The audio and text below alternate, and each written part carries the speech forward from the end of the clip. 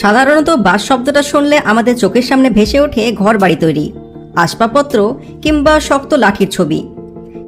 কিন্তু আশ্চর্যের বিষয় হলো, এশিয়ার বিস্তীর্ণ অঞ্চলে এবং বর্তমানে বিশ্বজুড়ে এই বাঁশই কোটি কোটি মানুষের প্রিয় খাবার। তবে যে বাঁশ আমরা দেখি তা কিন্তু নয়। খাবার হিসাবে ব্যবহৃত হয় বাঁশের একেবারে কচি অবস্থা, যাকে বলা হয় ব্যাম্বু স্যুট বা বাঁশের কোরল।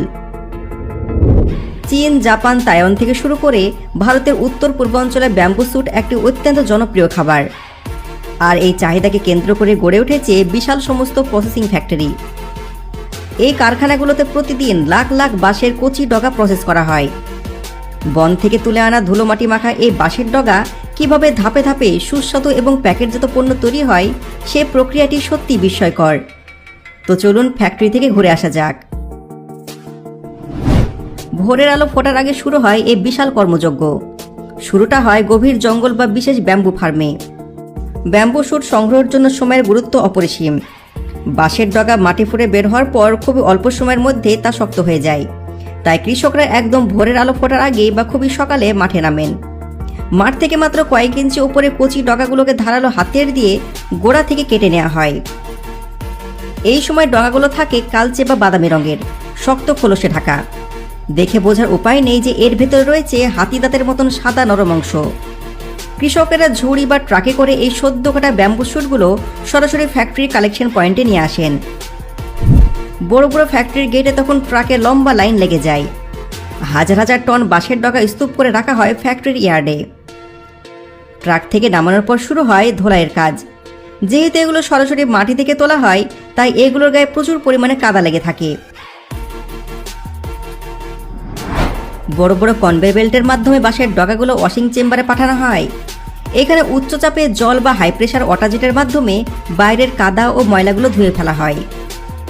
ধোলাইয়ের পর শুরু হয় প্রাথমিক বাছাই বা গ্রেডিং। সমস্ত বাঁশ কিন্তু খাওয়ার উপযুক্ত হয় না। যেগুলো খুব বেশি পেকে গেছে বা শক্ত হয়ে গেছে, সেগুলো শুরুতেই বাদ দেওয়া হয়। অভিজ্ঞ কর্মীরা দ্রুত হাতের সাহায্যে সাদা অংশগুলোকে আলাদা করে ফেলেন। খোসা ছাড়ানো বা পিলিং সেকশন, এটি এই পুরো প্রক্রিয়ার একটি অন্যতম কঠিন এবং গুরুত্বপূর্ণ ধাপ। বাঁশের কচি ডগার উপর বেশ কয়েকটা স্তরে শক্ত লোমযুক্ত খোলস থাকে। এই খোলসগুলো খাওয়ার অযোগ্য, তাই এগুলোকে পুরোপুরি ছাড়িয়ে ফেলতে হয়। আধুনিক ফ্যাক্টরিতে এই কাজের জন্য অটোমেটিক পিলিং মেশিন থাকে। মেশিনগুলো প্রচণ্ড গতিতে ঘুরতে থাকে এবং কয়েক সেকেন্ডের মধ্যে ওপরে শক্ত খোসা ছিঁড়ে ফেলে দেয়। তবে নিখুঁত ফিনিশিংয়ের জন্য অনেক কারখানায় এখনও মানুষের হাতের ব্যবহার করা হয়। খোসা ছাড়ানোর পর ভেতর থেকে বেরিয়ে আসে ক্রিমি হোয়াইট বা ধবধবে সাদা রঙের নরম শ্বাস। এই অংশটাই আসলে ব্যাম্বু শুট হিসাবে পরিচিত। নির্দিষ্ট আকারের প্রস্তুতি খোসা ছাড়ানোর পর সাদা অংশগুলোকে কাটিং ইউনিটে পাঠানো হয়। বাঁশের গোড়ার দিকটা সাধারণত একটু শক্ত হয়, তাই মেশিনের সাহায্যে গোড়া সেই শক্ত অংশ কেটে বাদ দেওয়া হয়। এরপরে বাজারের চাহিদা অনুযায়ী এগুলোকে বিভিন্ন আকারে কাটা হয়।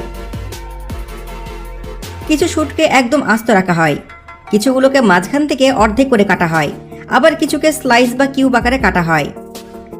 জাপানিজ রামেন বা চাইনিজ স্যুপের জন্য একরকম কাটিং, আবার সাধারণ রান্নার জন্য আরেক রকমের। এই কাটিংয়ের কাজগুলো হয় কম্পিউটার নিয়ন্ত্রিত ব্লেডের মাধ্যমে, যাতে প্রতিটি টুকরো একই মাপের বা ইউনিফর্ম সাইজের হয়ে থাকে।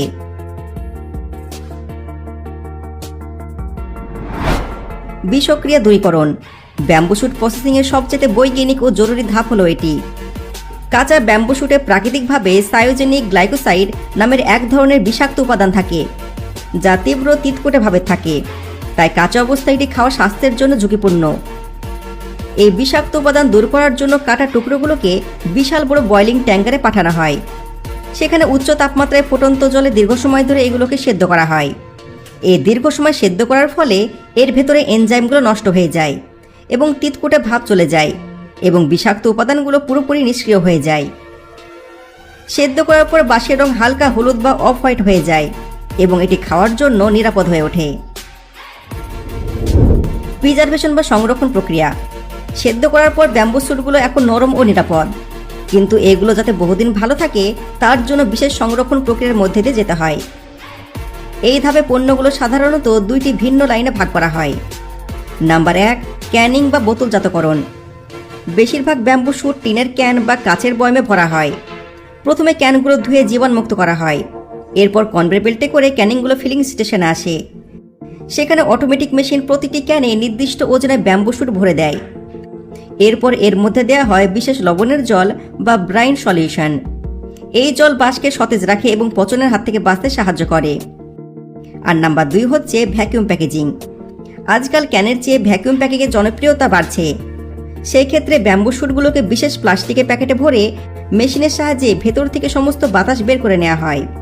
বাতাস না থাকায় ব্যাকটেরিয়া জন্ম নিতে পারে না। এর ফলে কোনো কেমিক্যাল ছাড়াই এটি দীর্ঘদিন ভালো থাকে।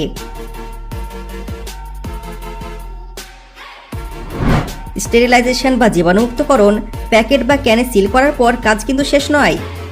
সিল করা ক্যানগুলো আবার পাঠানো হয় বিশাল রিট্রাট মেশিনে। এটি অনেকটা প্রেসার কুকারের মতন কাজ করে। এখানে প্রচণ্ড তাপ ও চাপে সিল করা প্যাকেটগুলোকে নির্দিষ্ট সময়ে রাখা হয়। এর ফলে প্যাকেটের ভেতরে যদি কোনো অবশিষ্ট ব্যাকটেরিয়া থেকেও থাকে তা পুরোপুরি মারা যায়। এই ধাপটি নিশ্চিত করে যে এই ব্যাম্বু শুটগুলো সাধারণ তাপমাত্রায় রাখলেও 1 থেকে 2 বছর পর্যন্ত ভালো থাকবে।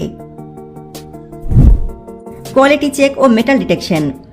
প্যাকেজিং শেষ হওয়ার পর প্রতিটি ক্যান বা প্যাকেট এক্স-রে মেশিন এবং মেটাল ডিটেক্টর মেশিনের ভেতর পাঠানো হয়।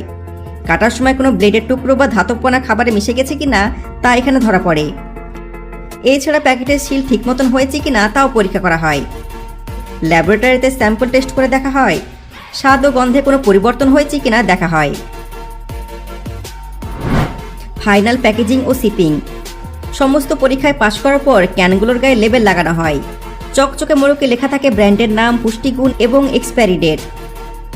এরপর রোবোটিক আর্মের সাহায্যে এগুলোকে কার্টনে ভরা হয়। এরপর এখান থেকে চলে যায় সুপার শপে।